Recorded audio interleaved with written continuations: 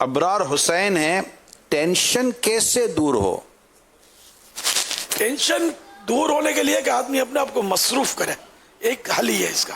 جو نوڑا ہوتا ہے نا اس کو ٹینشن زیادہ ہوتا ہے. فارغ ہوگا تو وہ کچھ تو کرے گا نا، تو وہ سوچتا رہتا ہے.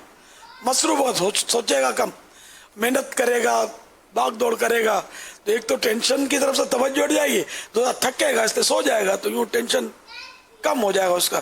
نیند میں ٹینشن ہوتا نہیں ہے، ورنہ تھکائے گا نہیں، گھر میں پڑا رہے گا، سمجھے، اور ٹینشن لے گا، نہ کام نہ دھندا نہ کچھ، تو پھر رات کو نیند بھی نہیں آئے گی، چڑچڑاپن آ جائے گا.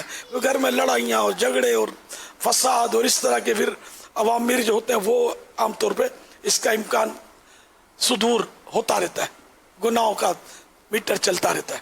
اللہ کریم بس یہ ٹینشن کی بیماری سے بچا. ٹینشن پھر دل کے امراض پیدا کرے گا، بعض اوقات دماغ بھی فیل کر دیتا ہوگا، آدمی مینٹل کیس ہو جائے. آپ کو لگتا ہے کہ بعض اوقات جیسے کہ کسی جگہ دکھا بھی تھا کہ بندہ خیالی پریشانی ہوتی ہے، یعنی کہ حقیقی پریشانی ہوتی ہے اور ایک خیالی پریشانی ہوتی ہے. بس ایک خیال ہوتا ہے کہ یوں ہو جائے گا، یوں ہو جائے گا، یوں ہو جائے گا، اس کا بظاہر کو اتنا وجود نہیں ہوتا. تو خیالی پریشانیاں زیادہ تنگ کرتی ہوتی ہیں بمقابل حقیقی پریشانیوں کے. وہ لمبی امید، طول عمل.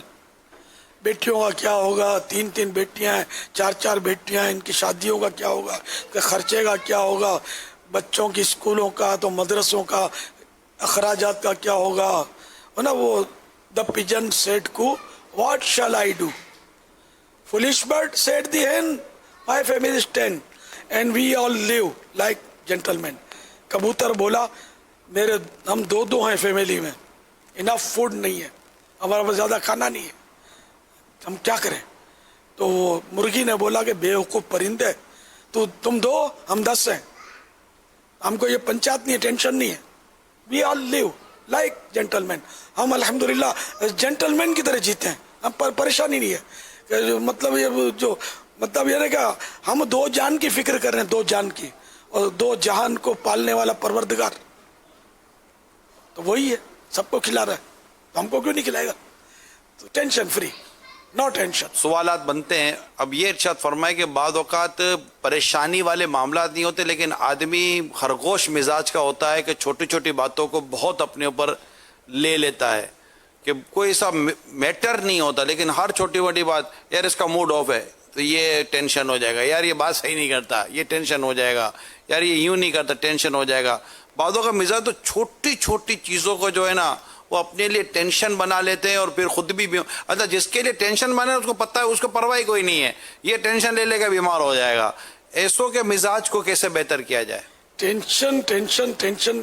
میں ایک بندے کو جانتا ہوں جس کے نام کے ساتھ لفظ ٹینشن لگتا ہے، چلو یعنی واقعی، یعنی کہ بغیر ٹینشن کے اس کو کوئی پہچانے بھی. وہ مثلا زید، وہ کون سا، وہ زید ٹینشن. اچھا اس کا نام ہی زید ٹینشن. میں نے اصل نام نہیں لیا، وہ سن رہا ہوگا تو ہو سکتا ہے برا لگے یار. فون ہی نہ کر دے چلا ان بانے یاد تگڑیا.